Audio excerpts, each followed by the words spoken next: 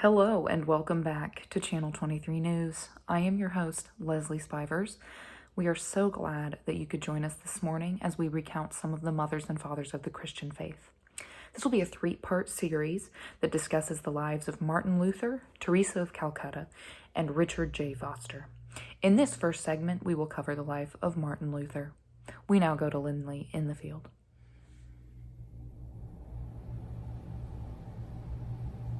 Thank you, Leslie. Yes, many of you know him as the founder of the Lutheran tradition and the man who sparked the Protestant Reformation, but his name is Martin Luther.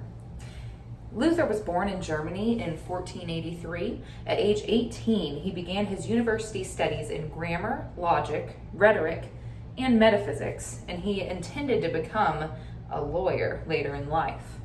However, during a near-death experience, about 4 years later, Luther begged for his life and promised that if he were spared, he would become a monk. After struggling with, the monastic life for several years and becoming disillusioned with the Catholic faith, Luther returned to school to pursue his doctorate in theology at a university that is now named after him. Finally, Luther grew so disillusioned with the Catholic Church that he no longer felt he could put up with its corruption and immorality. On Halloween Day in 1517, Luther nailed his 95 Theses onto the door at his university's chapel. I'm here today standing in front of a replica of that door. It doesn't look exactly like it, but they tried. With some help from the printing press, copies of the 95 Theses were distributed throughout all of Europe within just 2 months. This helped spark the Protestant Reformation.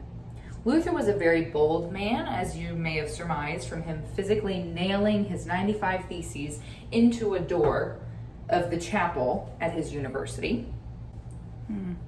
But in 1520, Luther received a letter threatening excommunication from the Roman Catholic Church after public declarations about the Pope's authority. Sometime after receiving this letter, he took it and burned it in public. Can you imagine? So it was this action that led to Luther's official excommunication from the Roman Catholic Church. In 1521, Luther appeared before the Diet of Worms, which sounds pretty gross, but is actually just a large imperial assembly of the Holy Roman Empire in Worms, Germany. This diet was held to decide how they would respond to Luther's teachings. And it was after this diet that Luther founded the Lutheran tradition, one of the major branches of Protestantism. This tradition is still a prominent one, with about 65 million Lutherans existing worldwide. So due to being a major influencer of Christianity, many resources exist to learn more about Martin Luther, and I would encourage all to learn more about this bold, influential father. With Channel 23 News, this is Lindsay Starburst. Back to you, Leslie. Lindley, thank you. We appreciate the opportunity to learn more about one of our spiritual fathers. We will now take a quick break for a message from one of our sponsors, but stay tuned because there's more.